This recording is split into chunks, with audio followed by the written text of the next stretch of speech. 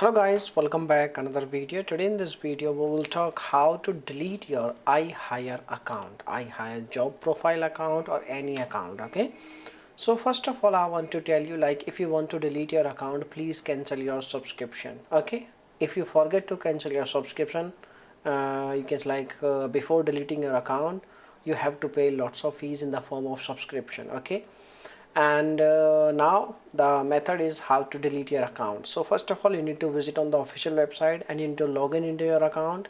And once you logged in into your account, you need to you will see this kind of options like chat options, and there is a chat button at the very bottom side, you can see over here. Okay, and the bottom side, when you click on chat button, you just need to ask like, I want to delete my account. Okay, and they will provide you this kind of top up or this kind of pop up, and they will provide you phone number. Okay, and they will provide you their contact details, like how you can contact them, and they will delete your account by using only this way. Okay, now if you have any other questions, you can make a comment. I will reply very soon.